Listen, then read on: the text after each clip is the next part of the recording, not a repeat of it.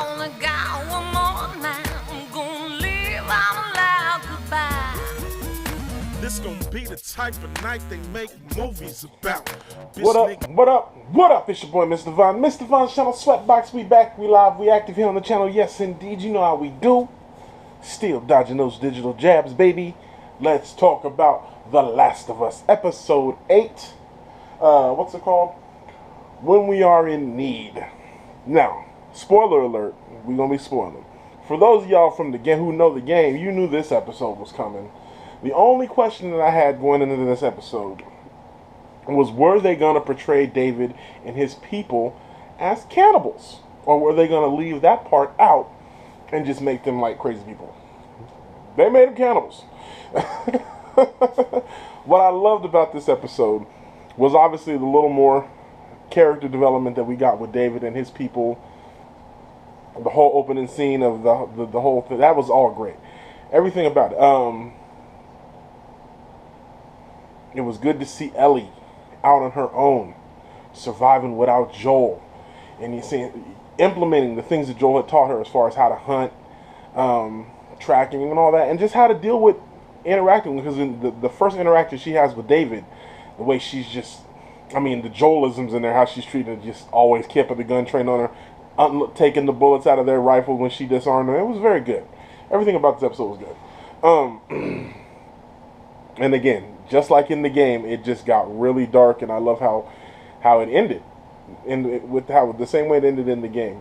I want to specifically talk about David as a character, and how he's like the anti-Joel. You know what I'm saying? Or how he kept, with the way he portrayed himself as a father figure to to the that's my Instapot going off because I got something cooking over there, so that'll stop in a minute. Yeah. Let me just wait for that to stop. There we go.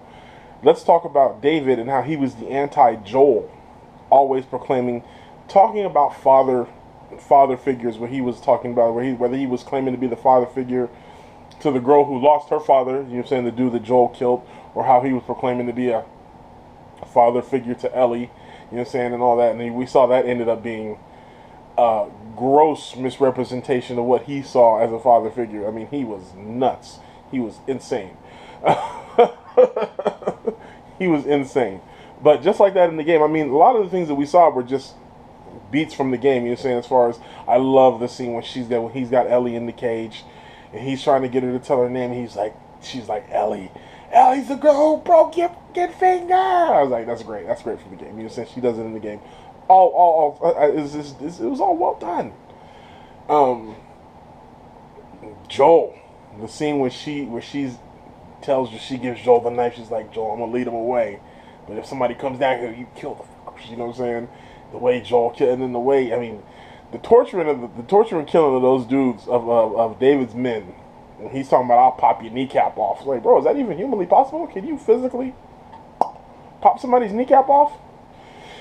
I don't want to find out. I don't want to find out. But the way, I love that. That was straight from the game. All the way sticking the knife in the dude's mouth, making a point out on the map, killing. He's like, it's okay. I believe him. Yeah, I can just beating the dude. I mean, Joel's a savage, bro.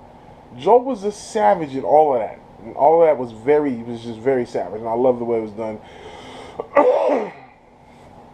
Again, just such high praise for the adaptation from game to screen to TV screen has been phenomenal.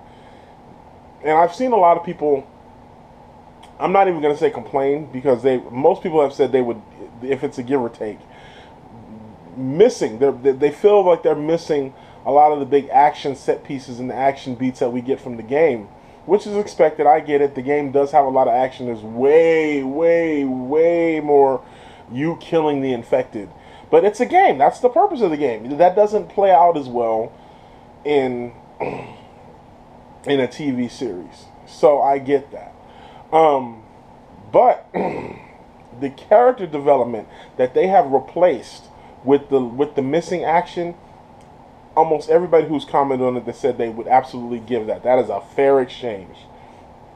We get some great more character development for a couple minutes of action. And let's be clear, it's not like the show doesn't have any action, because that scene, episode 5, when the horde attacked, awesome. Okay, very awesome. Yeah, I mean, let's be clear.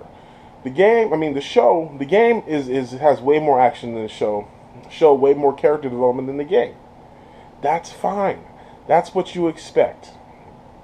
So, while I think it is I'm not, like I said, I don't even want to call it a criticism. While I think it's totally fair to point out the missing action, I think it's more fair to point out that they didn't just take out the action and not give us anything. It was a fair exchange. They gave us great character development in replacing the missing action scenes that a lot of us got from the game. And then you can always go back and play the game if you're really up for wanting to kill some infected. So I love that. I love the character development that we get with David. The ending scene of the whole fight of Ellie and David when the building's burning, and then she just loses it, just hacks him to bits. And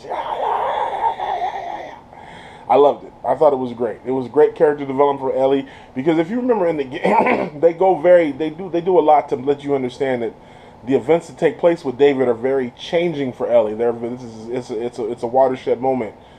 The Ellie that leaves that situation is not the same Ellie that started it out when she first met David. She's a completely different person now because of her interaction with this evil man. And I think they did a very good job of portraying that in the television show. So, again, man, just another really good episode, man. Another really good episode. You finally see that scene at the end when Joel embraces Ellie and he calls her baby girl. I got you. I mean, you see the circle is now complete. He fully sees Ellie as his daughter, which is going to lead to the decision that he makes in the season finale, episode 9, next week. And I'm excited to see that. As of this day, I'm actually filming this on Saturday. I think it's today. Actually, the season finale is going to be airing in less than 24 hours.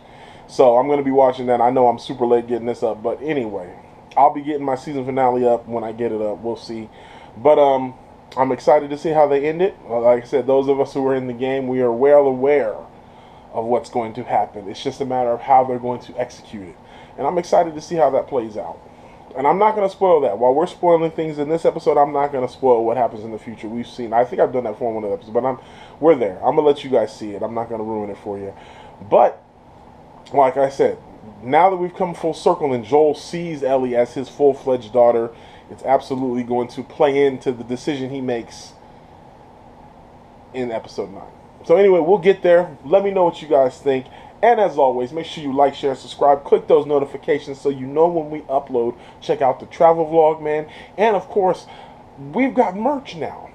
If you see the link, I put up some things. We've got Back Live Active t-shirts. We've got some Sweatbox Travel tank tops for when you're on the beach representing Sweatbox Travel. We got it, baby. And make sure you check out all the things. Until next time, you know how we do. Peace. 100, y'all. I'ma go to the ends with you. I'ma go to the end with you. I'ma go to the end with you.